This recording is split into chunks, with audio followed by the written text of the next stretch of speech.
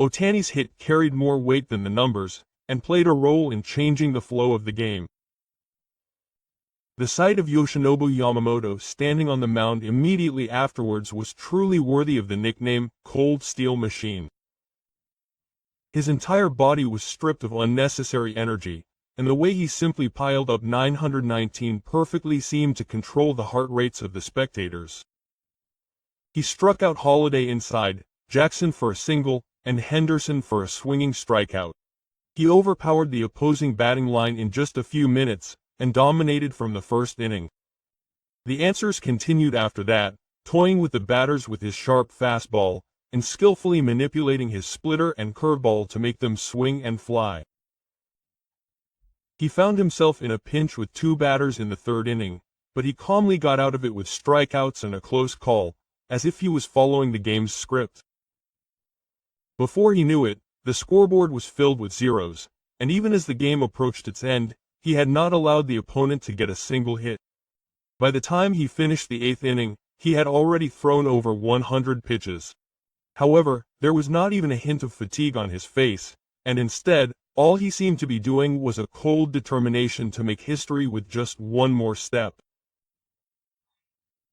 With 3 strikeouts and 1 final out remaining, everyone thought at that moment that Yamamoto Yoshinobu would become the third Japanese player to achieve a no-hitter, following Nohide Hideo and Iwa Kuhisa. The stadium was filled with a mixture of excitement and anticipation, even though the stands were in a good spot.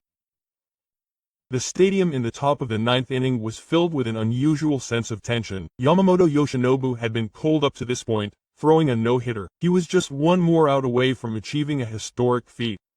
However, Holiday's bat broke the silence from the unrivaled West. The ball, swung with a sharp swing, was sucked into the right field stands, and Oriole Park shook with the deafening sound of the thunder. The no-hitter was cruelly ended, and the score was 3-1. Yamamoto swung the mound with a wry smile, and manager Dave Roberts decided to replace him. From here, a nightmare befell the Dodgers. The veteran right-hander who took over was Blake Trinity. However, his performance was uncertain, and he struck out 2 batters in a row from the start. With just a few pitches, runners piled up and the entire stadium shared a bad feeling. What should have been a 3-run lead turned into a crisis with runners on first and second, and the next batter failed to get a strike, and the bases were filled again by Takuma. The opposing fans cheered in delight, and the Dodgers bench froze.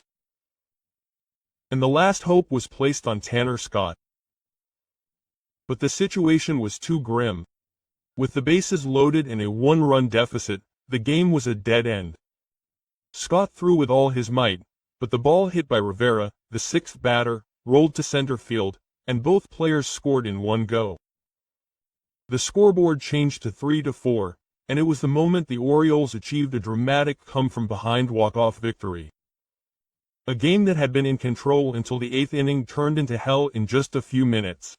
The expressions on the faces of the Dodgers fans standing in the stands were speechless, and the team was plunged into the serious reality of a 5th consecutive loss. Yamamoto's Chikarashima, as well as the batting of Ohtani and Betts, were all for nothing due to the collapse of the bullpen. The atmosphere in the locker room after the game was heavy and gloomy.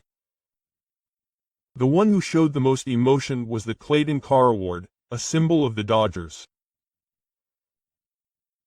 In an interview with a TV sports station, Carr began by raising his voice and saying, "This pitching was clearly a mistake by manager Roberts. Yamamoto should have been allowed to pitch until the end. He should have been left to pitch until the game was tied, at least." Quote. Carr's eyes were filled with anger. He then spoke about the use of Trier. The moment Trier was sent to the mound in that situation, the nightmare began. And when Scott was sent in with the bases loaded, everyone must have sensed that the team was going to lose. This was the inevitable outcome. His words revealed the frustration that comes from being a veteran with experience and having known the team for many years. Furthermore, he did not hide the circumstances and regret he felt toward Yamamoto. Yamamoto pitched his best game of the season today. I can't believe he couldn't give us the win after holding them so perfectly. This is even more bitter than yesterday's pitching. At that moment, all his hard work went down the drain. With that, Carr sighed deeply and closed his mouth as if choosing his words carefully. Finally, he expressed his anxiety about the future. Kano is scheduled to start tomorrow, but if this trend continues, a sixth consecutive loss is quite possible. What I fear most is that the team's entire formula will completely collapse. Please, don't use Scott in that situation again. This is the fourth time he's ruined Yamamoto's game. I've reached my limit. His voice sounded like a warning to the team as well as a warning to the fans to leave the game.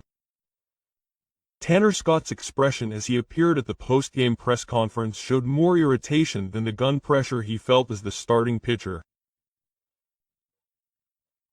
In a situation where everyone around him was bombarded with accusations like arson, he spoke in a calm voice, but with a hint of provocation.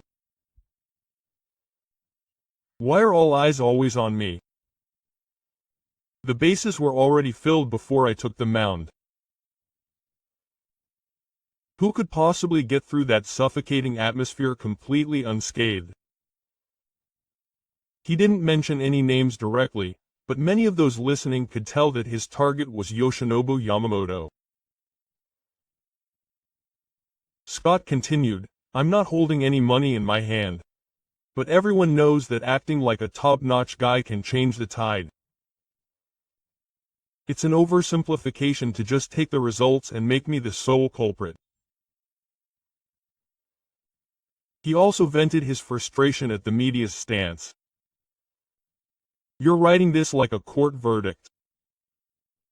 You want to write that Scott is the one who's going to be executed. But the truth isn't that simple. There wasn't a single person who was completely unrelated to the outcome of this game. With that statement, the stadium fell silent for a moment, and only the reporter's notes echoed. His words were both an epithet and a sarcastic remark about the entire team. When Mookie Betts appeared before the press after the game, his expression clearly showed anger and disappointment. He was in the fifth inning against the opposing team that day. Then in the seventh, he hit a valuable triple that extended the score to 3-0. But that effort was momentarily rendered meaningless by the collapse of the bullpen.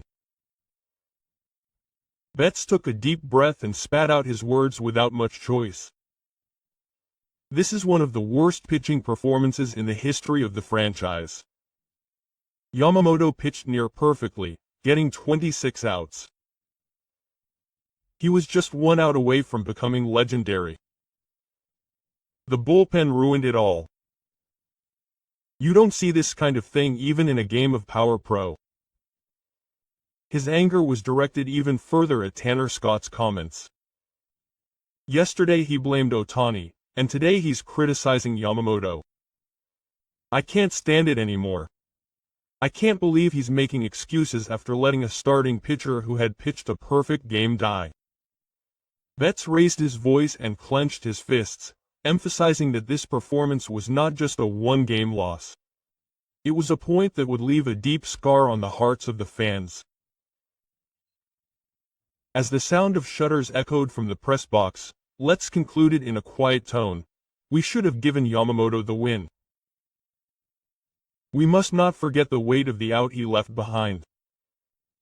If we forget this, the pride of the Dodgers as a team will be lost." His words exuded a sense of responsibility as a pillar of the team and a strong feeling of caring for his teammates. In the third inning, Miguel Rojas' bat brought hope to the team. A double to left center ignited the Dodgers' batting lineup that had been on loan, and Shohei Ohtani's subsequent inside double led to the first run. Rojas raised his fist high on first base and roared toward the bench. His appearance showed a strong determination to change the flow from here. However, by the end of the game, his expression had changed completely.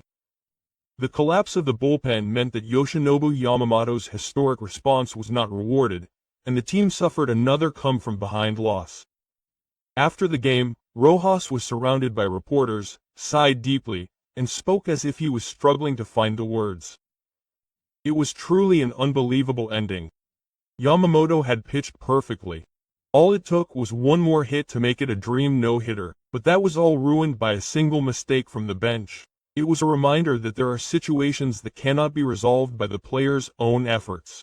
He also made no secret of his complaints to the manager. This is not Yamamoto's fault. He did more than enough.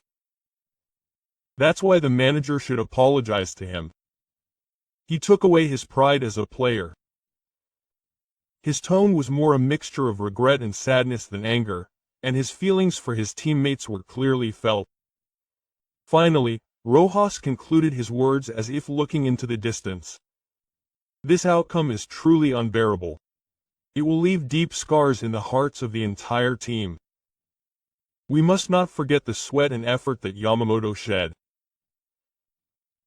Those words echoed throughout the silent press conference room, and the reporters stopped writing for a moment.